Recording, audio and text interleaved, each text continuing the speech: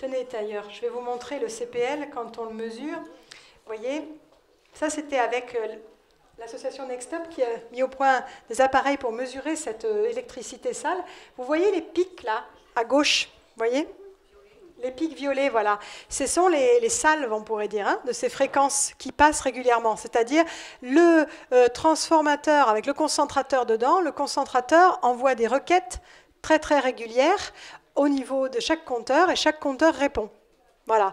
Alors ça, c'était au domicile d'une électrosensible. Ça tombait mal. Mais qui avait la chance d'avoir une prise sur son tableau électrique. Et avec prise, voilà ce que ça donne, à droite. Voilà, le filtre. Sachant que donc c'était ça à peu près tout le temps, et quand il y avait les pics, on montait à 64, alors qu'à gauche, vous voyez, 796. Voilà. Donc ça atténuait quand même vraiment considérablement la chose. Voilà. Mais le souci, je répète, c'est que quand on va dans un autre lieu, ben, c'est pas filtré, peut-être au travail ou des choses comme ça. Moi, je sais que je suis enseignante, je m'emmène 2 filtres que je branche tous les matins quand j'arrive dans ma salle de classe. Voilà, pour essayer de au moins préserver localement. Voilà. Et le CSTB, pour vous donner une idée, ils ont quand même fait des mesures pour montrer un petit peu les champs magnétiques qu'il y avait autour des câbles dans un contexte avec Linky. Et vous avez donc à gauche, vous voyez la petite flèche là, elle descend tout en bas, tout en bas, tout en bas. C'est le champ magnétique autour de câbles, donc proche du compteur, quand vous avez un compteur normal, enfin un compteur électromécanique, et puis vous n'avez pas de Linky autour. La deuxième colonne un peu noire, là, marron-noir, c'est il y a un compteur, pas Linky dans le logement, mais il y a le Linky installé dans le quartier. La troisième colonne, il y a un compteur Linky installé dans le logement, et on demande à Enedis d'augmenter les requêtes, de les faire plus puissantes et plus fréquentes. La quatrième colonne la plus haute, c'est on demande à Enedis d'augmenter très fortement les requêtes. Et la dernière colonne, en bleu, Enedis n'est pas censé savoir qu'on fait la mesure. Donc, vous voyez que ça reste très haut. Même si, voilà, hein, avant, ils étaient censés avoir augmenté les requêtes, ça ne donnait pas très fort. Et quand ils n'augmentent pas les requêtes, vous voyez ce que ça donne quand même. Hein. Alors, rappelons que ça, c'est une configuration. Parce que le CPL, c'est très difficile de savoir ce qu'on va pouvoir trouver. Si vous habitez juste à côté du concentrateur, il est probable que vous ayez des forts pics chez vous. Même si vous n'avez pas le compteur Linky. Parce que le problème, c'est que le concentrateur, il va envoyer les questions, si vous voulez, hein, en permanence à tous les compteurs de la grappe, et vous allez avoir le ressac, quoi. Hein. Et ensuite, s'il y a des choses qui sont branchées chez vous, qui peuvent aussi générer, en plus de la dot electricity, donc l'électricité sale, la pollution électrique, ça peut aussi considérablement augmenter le niveau de pollution ambiant chez vous, dans vos câbles. Je pense aux plaques à induction, je pense aux chargeurs de portables, de choses comme ça, aux écrans plasma, aux lampes fluo compactes, d'accord. La plaque à induction, c'est vraiment terrible, parce qu'en plus, ça émet un champ magnétique très fort, et il vous faut, c'est 2 mètres de sécurité, hein, 2 mètres, c'est difficile pour touiller la soupe, quoi. Hein. Voilà, la plaque électrique, enfin voilà. Le micro-ondes à fuir, c'est clair. Tous les micro-ondes, après quelques mois, les joints fuient. Et d'autre part, ça modifie considérablement aussi les propriétés de l'eau qui sont dans vos aliments. Et voilà, bon, ça c'est vraiment pas à utiliser, quoi, c'est clair. Voilà. Les téléphones portables, puisqu'on est sur le sujet, évitez aussi de les garder allumés sur vous, évidemment. D'abord, vous n'avez pas toujours à être le petit doigt sur la couture du pantalon pour répondre aux gens en permanence, tout le temps. C'est pas la peine, quoi. Hein. Vous pouvez rappeler depuis un filaire. Moi, c'est ce que je fais. J'ai un portable quand même, mais il me sert de boîte vocale, voilà, et d'urgence, si jamais j'ai un problème, voilà. Mais c'est moi qui l'utilise, c'est pas lui qui m'utilise, quoi, en gros. C'est pas toujours constamment joignable ou dérangé. Alors, juste pour info, le Linky, hein, piraté en 3 heures quand même. Donc ça, c'était dans une émission sur RTL du 31 mars 2016, La curiosité est un vilain défaut, où on interviewait Thomas Saint-Ourins et Blaise Mao, donc les auteurs du livre Cyberfragile, qui notamment expliquait avoir contacté un expert en cybersécurité qui avait piraté le Linky en 3 heures. Hein, voilà, sympathique. Alors, ce n'est pas du tout les seuls, hein, malheureusement, quand on regarde un peu ce qui se passe à l'étranger, il y a des pirates qui ont déjà piraté des compteurs en Espagne, des compteurs américains aussi, etc. Hein, voilà. Alors, juste pour info, Vous savez que nos circuits électriques, quelque part, nos installations électriques, elles sont connectées avec les autres installations européennes. Et donc, il y a une solidarité au niveau européen, ce qui fait qu'on peut acheter quand on est un peu court. Voilà. Ça nous coûte cher, évidemment. C'est bien pour ça qu'ils veulent lisser les pics de consommation aux heures de pointe, hein, pour que nous, on leur fasse faire des économies par rapport à ça, évidemment. Alors, le principe de ça, c'est que si vous avez une suppression brutale, c'est-à-dire par un piratage d'un certain nombre de compteurs. Sachant qu'un compteur, quand il est connecté à Internet, il est forcément piratable. Tout ce qui est connecté à Internet peut être piraté. Qu'on ne nous dise pas c'est super sécurisé. La Maison-Blanche se fait pirater. Je veux dire, le ministère de la Défense français se fait pirater. Donc, on ne va pas dire que c'est absolument inviolable. Ce n'est pas possible. Donc, le principe ici, c'est que si vous supprimez, vous coupez les compteurs, à un moment donné, vous en coupez massivement, vous créez une chute dans la consommation. Du coup, vous avez, pour éviter des problèmes, on va dire, de surproduction par rapport à la consommation, vous avez des systèmes de sécurité qui vont faire que les centrales, justement, s'arrêtent, d'accord, de produire, se mettent en sécurité aussi.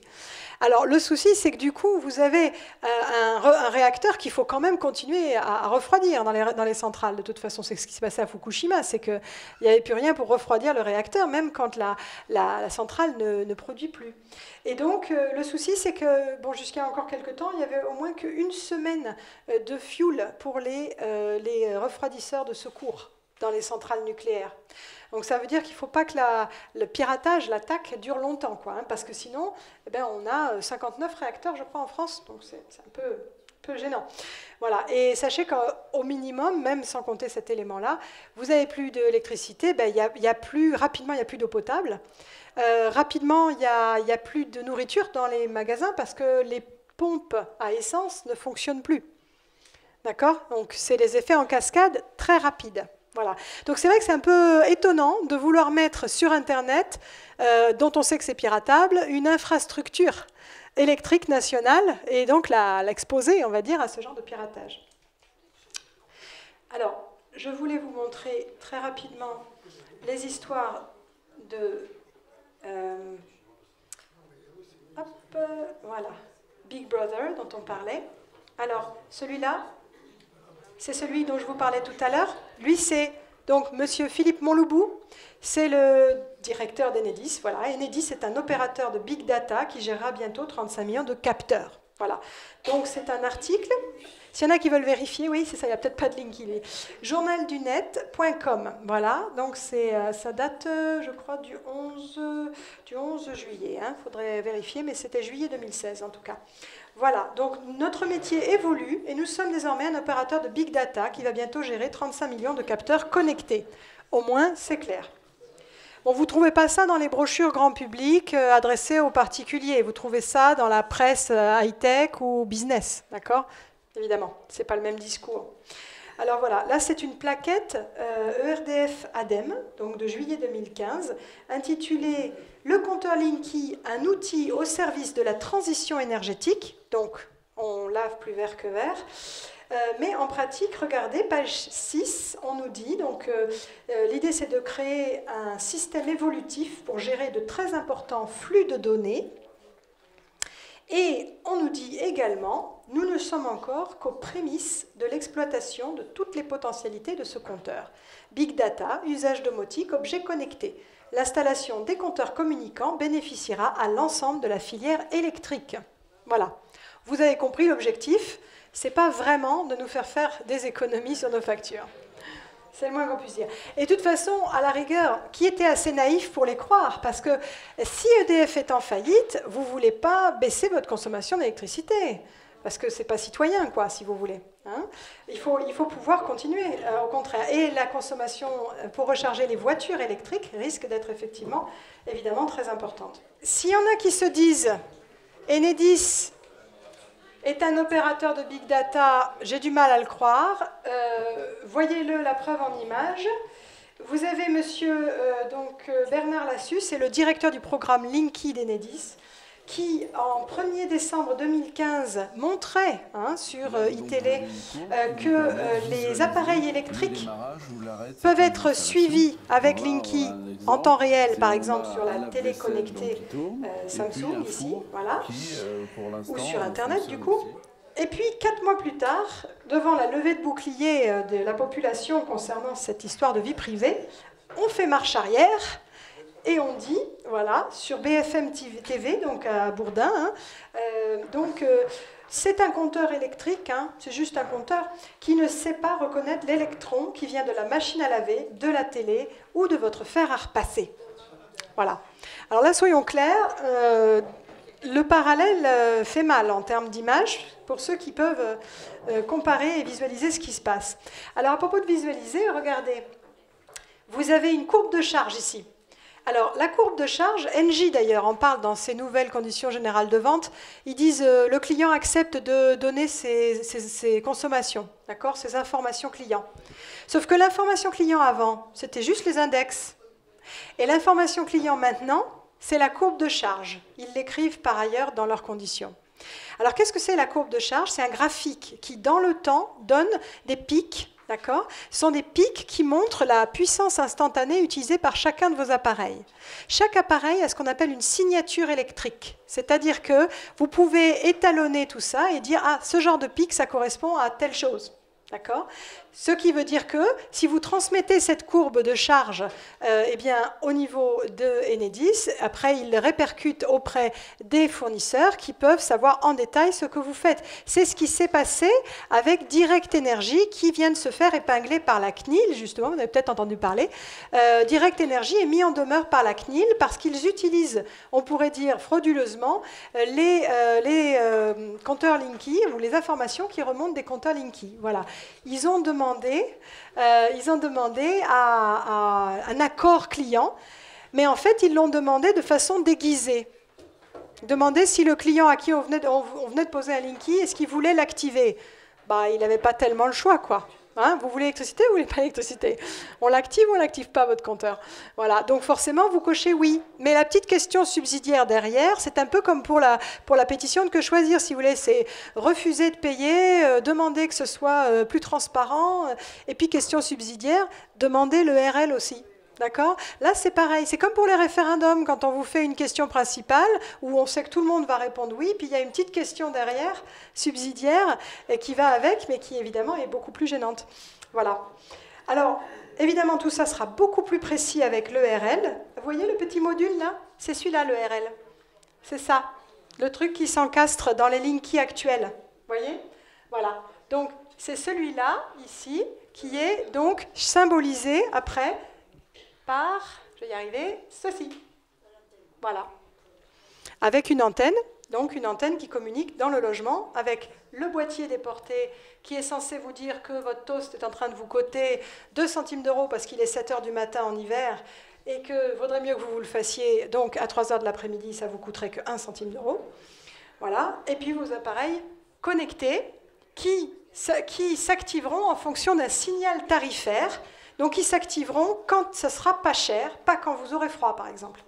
Parce que là, c'est un radiateur connecté. Voilà. Ça, c'est le site SmartLink d'Enedis. Je vous disais qu'ils avaient créé un site Internet spécifique dédié aux objets connectés. C'est clair, le voilà.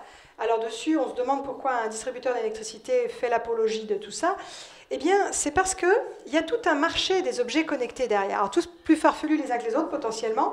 Celui-ci, en tout cas, par exemple, c'est une invention française, c'est la brosse à dents connectée. Vous avez la tablette devant vous sur le lavabo, et vous pouvez suivre votre graphique, la courbe de votre brossage, voilà, en détail. Et vous pouvez même envoyer la courbe à votre dentiste. C'est bien, voilà. Et puis, vous pouvez décerner la coupe du meilleur brosseur dans la famille aussi. Voilà. En échange de quoi, vous êtes bien éradié, évidemment, et toute la famille aussi. Les infrastructures qu'on est en train de mettre en place par rapport à cette soi-disant transmission de nos relevés, elles sont là, en fait, aussi pour servir de réseau à louer aux fabricants et aux vendeurs d'objets connectés, de manière à pouvoir, en essayant de vous faire avaler toutes ces histoires d'objets connectés, eh bien, en essayant de mettre en place un réseau qui va pouvoir transmettre très régulièrement, et si possible en temps réel, des messages de ce qui se passe justement avec, je sais pas moi, votre ventilateur connecté, votre miroir connecté, tout connecté, voilà. Hein. Il y a même le collier de chien connecté qui vous permet de suivre sur votre smartphone le passage de votre chien dans la ville, dans les rues de la ville, etc. Enfin, ça devient complètement débile. Mais ici, regardez, Veolia, d'accord? Parce que vous dites, mais est-ce que c'est que l'électricité? Eh bien non. On parlait des émissions des compteurs à eau toutes les 8 secondes. Pourquoi? Justement, pas pour transmettre uniquement l'eau, mais pour transmettre le reste aussi. Et regardez, donc Veolia veut devenir le socle sur lequel les villes construisent leurs solutions smart. C'est l'usine digitale du 19 novembre 2014. Je vous incite à aller traîner un peu sur le site de l'usine digitale, vous apprendrez plus de choses sur ce qui est en train de se passer. En tout cas, ils disent, nous voulons utiliser nos flux de données pour participer à l'Internet des objets. Ça veut dire, nous voulons utiliser notre infrastructure donc, de transmission des informations soi-disant mises en place pour les compteurs à eau et pour les relevés des compteurs à eau, pour servir à l'Internet des objets. Donc tout d'abord, on vous propose la ville intelligente, c'est-à-dire la ville connectée, c'est-à-dire la ville truffée de capteurs. C'est ça que ça veut dire, il faut traduire. Hein. La ville truffée de capteurs, ça veut dire les capteurs dans les poubelles, les capteurs dans les réverbères, qui s'allument que quand il y a le capteur du trottoir qui s'active parce qu'il y a quelqu'un qui passe, d'accord. Les capteurs, évidemment, dans les compteurs électriques, les capteurs dans les places de parking.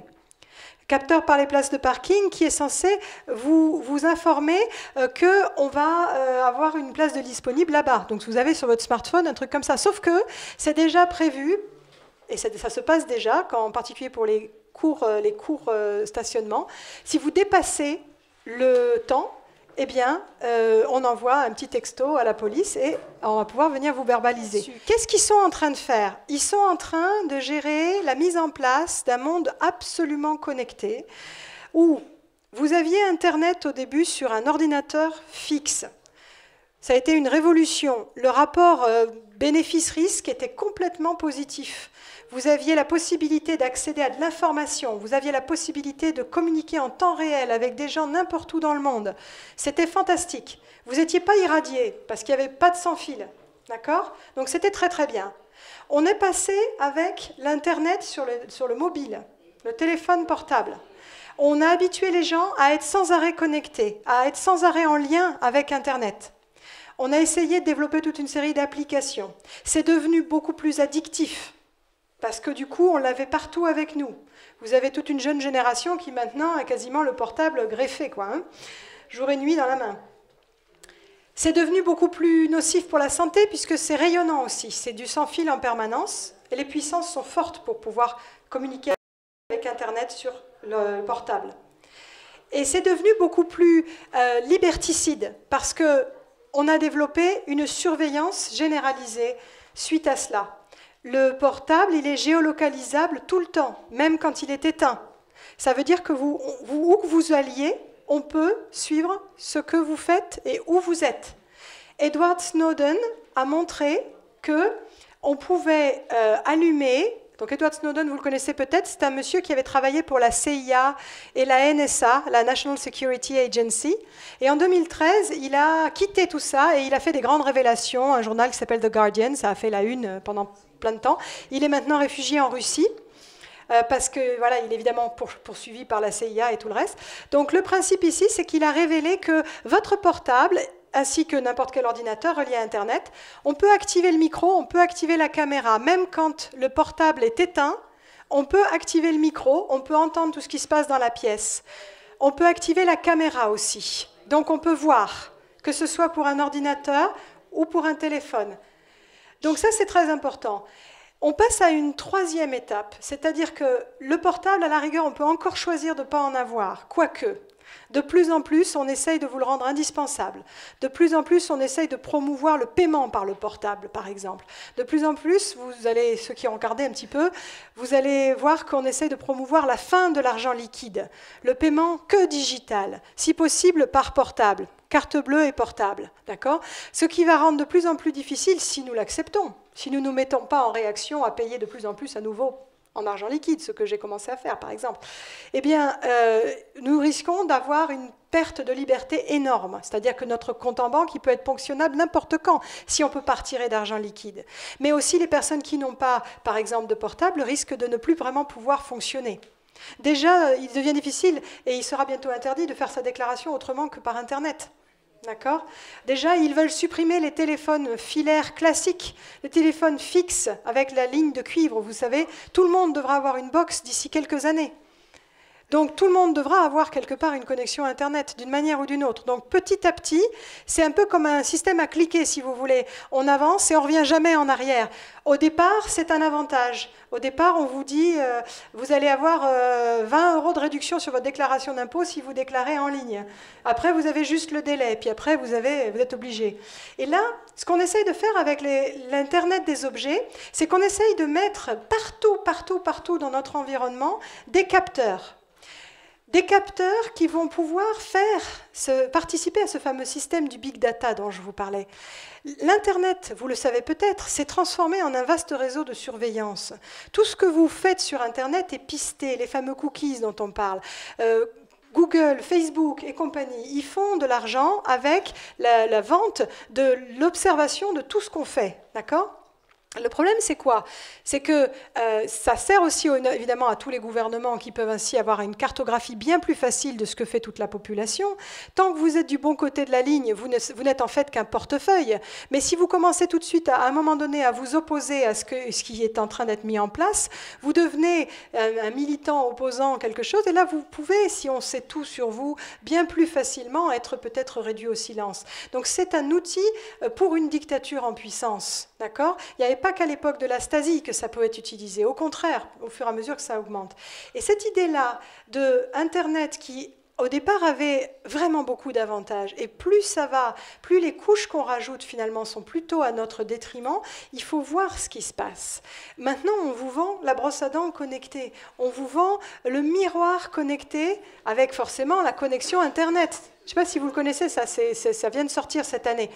Ça veut dire que pour avoir la météo sur votre miroir le matin, par exemple, avoir la chance de pouvoir regarder, je ne sais pas, avoir une information, gérer votre radio d'un simple toucher comme ça sur votre miroir, eh bien, en échange de ça, vous avez quand même une caméra derrière, d'accord ? Votre télé qui devient smart, de plus en plus, il devient difficile d'avoir une télé qui n'est pas smart, elle est forcément connectée, mais elle est commandable à la voix. Il y a un micro dedans. Et il y a une caméra aussi, mais ça, c'est autre chose. Donc, il y a un micro dedans. Le micro, il a déjà été révélé par Wikileaks, c'était il y a quelques mois, que la CIA avait déjà la possibilité, avait déjà utilisé ce micro pour écouter tout ce qui se faisait, tout ce qui se disait dans une pièce. D'accord ? Dès que vous avez un micro, potentiellement, c'est sonorisable. On l'a vu avec le portable, et bien c'est pareil avec les objets connectés. Alors, à partir du moment où vous ne pouvez plus trouver qu'une télé connectée, vous vous passez de télé si vous ne voulez pas ça. D'accord ? Sauf qu'à partir du moment où les voitures classiques, anciennes, on se débrouille avec des contrôles techniques de plus en plus contraignants pour les éliminer, et où on pousse tout le monde vers une voiture qui va être certes électrique, mais qui va être surtout connectée, on obtient ce qui est décrit par exemple dans Le Figaro, c'était en printemps 2016, ça s'appelle « Vers un contrôle permanent de la vitesse des automobilistes ». C'est cet article intéressant, je vous incite à le regarder. Un projet de loi qui laisse à la justice et à la police la possibilité d'avoir accès à l'électronique embarquée du véhicule, vers un contrôle permanent de la vitesse des automobilistes. Ça veut dire aussi qu'en permanence, on va pouvoir voir quelle est la vitesse si jamais on dépasse. D'accord ? Si c'est connecté, on sait instantanément ce que ça donne. Et instantanément, vous êtes verbalisable. Ça veut dire que vous n'allez pas pouvoir vivre avec cette épée de Damoclès sur la tête en permanence. Donc, vous allez appeler de vos voeux une voiture sans conducteur, une voiture automatique, telle que celle que Google et compagnie sont en train de développer aux États-Unis, par exemple. Et de la même manière qu'avec les 11 tarifs chrono-horaires différents, vous devenez tellement effrayé devant cette usine à gaz qu'on vous dit mais on va automatiser tout ça, vous inquiétez pas, avec des appareils connectés. Là, on va automatiser la conduite avec une voiture qui, elle, respectera toujours les limites de vitesse, contrairement à vous, d'accord? Donc, quelque part, on crée une situation de dépossession de la population. De plus en plus, on confie tout notre libre arbitre aux machines et où on transforme aussi la vie en un paradigme où tout ce qui, quelque part, tout ce qui était avant quelque chose de plutôt sensible, comme une balade en forêt, par exemple, ça devient analysable, décorticable à travers, par exemple, une montre connectée qui vous dit le nombre de pas, qui vous donne votre rythme cardiaque, qui vous indique la température. Tout est chiffrable, analysable, optimisable. Et l'idée, c'est de tout quantifier tout le temps. Alors, soi-disant, d'un point de vue ville intelligente, par exemple, pour une meilleure gestion des ressources, une meilleure gestion des flots humains dans les transports en commun, mais nous devenons en fait des numéros. Et surtout, ce qui est inquiétant, et ça il faut le regarder, ça fait partie d'une tendance à une automatisation croissante. Alors, regardez ce qui se passe autour de vous. Quand on nous indique qu'on va brader un certain nombre de fleurons français pour dégager de l'argent, pour développer l'intelligence artificielle, comme je vous en parlais tout à l'heure, afin de pouvoir développer des tas de choses qui vont fonctionner automatiquement, on transforme les livreurs par Amazon qui veut par exemple livrer ses colis par drone, d'accord. La Poste arrive déjà dans certaines zones. On parle d'un certain nombre de choses qui sont complètement automatisables. Il y a une émission de Vox Pop qui date de, je crois, mars 2017, qui est donc sur Arte et qui se consacre à ça. Vous avez déjà des algorithmes d'avocats robots. Vous avez déjà un algorithme qui s'appelle Watson, qui est développé par IBM pour être un algorithme médical. Et on nous dit qu'il est bien meilleur qu'un médecin puisqu'il a une mémoire fantastique pour retenir tous les effets secondaires, les prescriptions des médicaments, etc. Donc on réduit tout à quelque chose de chiffrable, d'analysable. Mais pour le but du jeu, c'est de remplacer, entre guillemets, l'homme par la machine dans un contexte comme ça. Et il fait quoi l'homme après ? Alors, on l'occupe peut-être avec un revenu universel, comme ça, qui sera très, très, très, très basique, mais au moins, quelque part, on le calme peut-être, on va aller savoir. Ça, c'est chez nous. Qu'est-ce qui se passe ailleurs ? Je veux dire, en Chine, ils sont en train de remplacer beaucoup de travailleurs là-bas par des robots aussi, dans l'industrie. Mais chez nous, ce qu'ils sont en train de vouloir faire, si vous regardez un petit peu la presse ou les sites Internet spécialisés, c'est pas uniquement pour l'industrie, c'est aussi pour tout le secteur des services. Les serveurs et serveuses dans les restaurants, même les cuisiniers, j'ai vu des bras articulés comme ça. Vous avez la machine Adrian X qui est développée en Australie, c'est le robot maçon. D'accord, avec une sorte de grand bras articulé qui va prendre rapidement les pierres ou les parpaings et qui les enduit de mortier et qui vous construit la maison en une journée. D'accord ? Qui c'est qui va pouvoir lutter contre ça ? Alors pour le moment, on dit oui, mais enfin, il faut encore des gens pour poser l'électricité, poser les huisseries et tout le reste. Mais enfin, jusqu'à quand, quoi ? Voilà. On nous parle du robot Nao qui va être utilisé en Allemagne, par exemple, pour remplacer les professeurs, pour enseigner aux enfants d'immigrés, par exemple, en Allemagne, enseigner l'allemand. Voilà. On nous parle de tout ça. Alors on fait quoi après, quand il n'y a plus de boulot dans l'agriculture, parce que tout est mécanisé, on a des tracteurs comme aux États-Unis avec des GPS et il n'y a plus personne dans le tracteur, hein, ça fonctionne tout seul. On fait quoi au niveau industriel quand tout est remplacé par des robots ? Voilà. Ben si, c'est déjà en train de se faire malheureusement, monsieur. Et en ce qui concerne l'aspect secteur tertiaire, on est en train de le faire. Et il y a un investissement financier énorme actuellement dans tout ce qui est intelligence industrielle, robotisation. Et en allant un peu plus loin, je vous recommande notamment les livres de Pièces et main-d'œuvre. Pièces et main-d'œuvre, ils sont sur Grenoble et ils sont vraiment très intéressants. Ils ont fait dernièrement un livre qui résume tout ça très très bien. Ça s'appelle Le Manifeste des chimpanzés du futur. Le Manifeste des chimpanzés du futur. On peut le commander sur leur site. Il est extrêmement intéressant, ce bouquin-là. Donc, d'ailleurs, oui, il y en a un là, si vous voulez le feuilleter. Le Manifeste des chimpanzés du futur. Eux, c'est des personnes qui ont étudié ce qu'on appelle le transhumanisme. Parce que l'étape finale, une fois que vous avez remplacé la majorité des travailleurs par des robots, ou que vous êtes dans ce processus-là, c'est de dire aux gens, écoutez, désolé, mais si vous voulez vous voulez vous défendre par rapport à ces robots qui prennent votre boulot, il faut que vous vous amélioriez. Donc au départ, on part des boulots répétitifs et on reste dans les boulots dits créatifs. Sauf qu'ils sont en train de développer des robots compositeurs, des robots écrivains, d'accord? C'est sans blague, hein, voilà. Donc ça veut dire qu'il reste quoi? Ben, il ne reste plus qu'à s'améliorer. Ça, c'est la doctrine des transhumanistes. S'améliorer, pour eux, c'est s'hybrider avec les machines.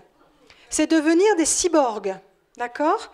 Le transhumanisme, c'est ça. Et ça fait miroiter, comme avec des gens comme Laurent Alexandre, vous pouvez voir des vidéos de lui sur YouTube, des gens qui vont vous faire miroiter une vie à 1000 ans.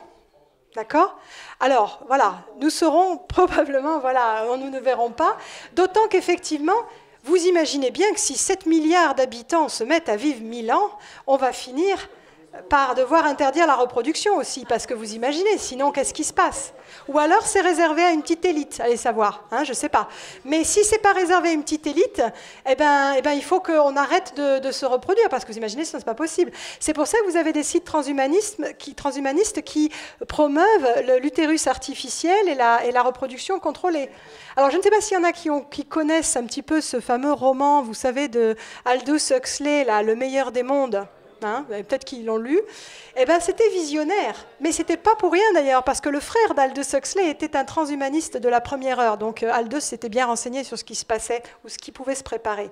Et ces personnes-là sont très, très, très puissantes. Vous avez derrière des universités, comme l'Université de la Singularité, qui s'est montée un peu partout en Europe et qui est financée par qui? Par Google.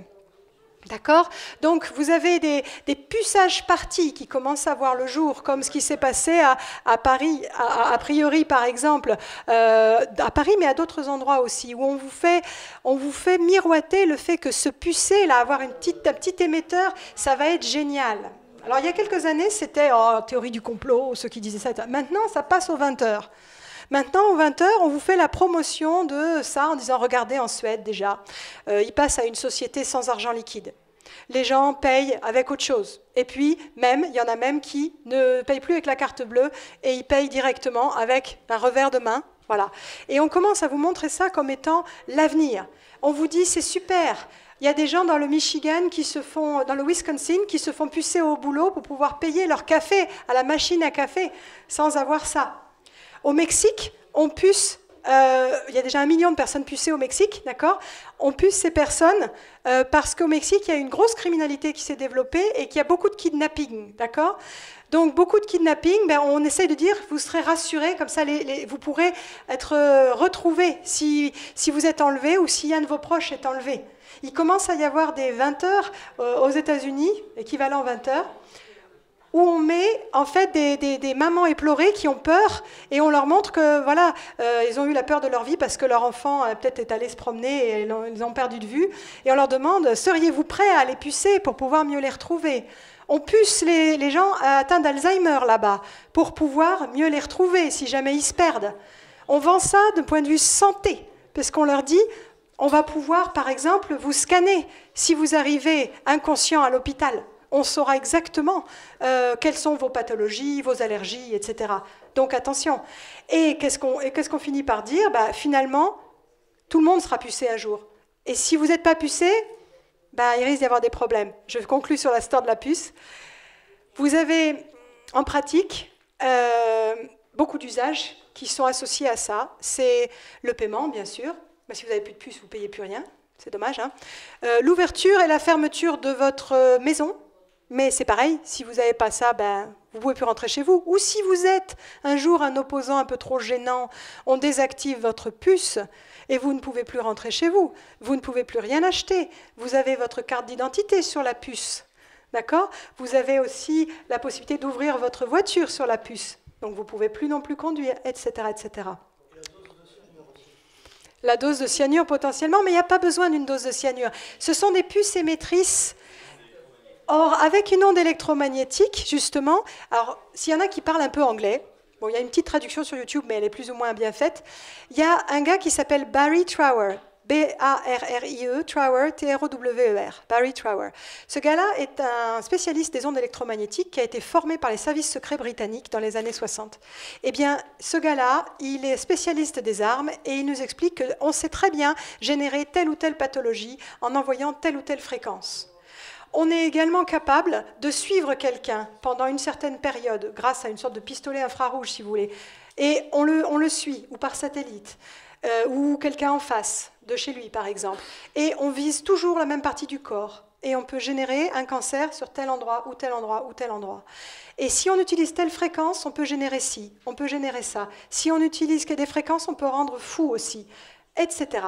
Donc, avec cette puce-là, finalement, c'est facile. À partir du moment où on l'a, si c'est un émetteur, on peut lui faire émettre certaines fréquences et générer certaines conséquences sur telle ou telle glande, par exemple. Donc le danger, il est énorme. Sauf qu'évidemment, aux 20h, c'est pas ça qu'on vous montre. On vous dit, regardez, maintenant, j'ai même pas besoin de sortir ma clé. Donc, attention à ce qui se passe. Quand je vous disais le Linky, c'est la partie émergée de l'iceberg, c'est vrai. Il y a une véritable révolution qui est en marche. Cette notion du tout connecté, tout quantifié, tout surveillé, du temps réel, et puis du tout irradié qui va avec. C'est un projet qui est liberticide et c'est un projet qui est, je dirais, quasiment génocide aussi. Parce qu'on sait très bien que c'est nocif pour nous, on utilise ces rayonnements comme des armes, et on les utilise depuis pratiquement une 50aine d'années. Et on le sait. Donc, les seuls qui ne le savent pas, c'est nous. Donc maintenant, c'est l'occasion d'utiliser finalement cette pause du Linky qui concerne tout le monde pour que tout le monde se penche enfin sur ces sujets et se rende compte de ce qui se passe tout autour aussi. C'est l'occasion d'éveiller les consciences. Voilà. Et donc j'espère que voilà, cette réunion cet après-midi aura contribué à ça. Voilà.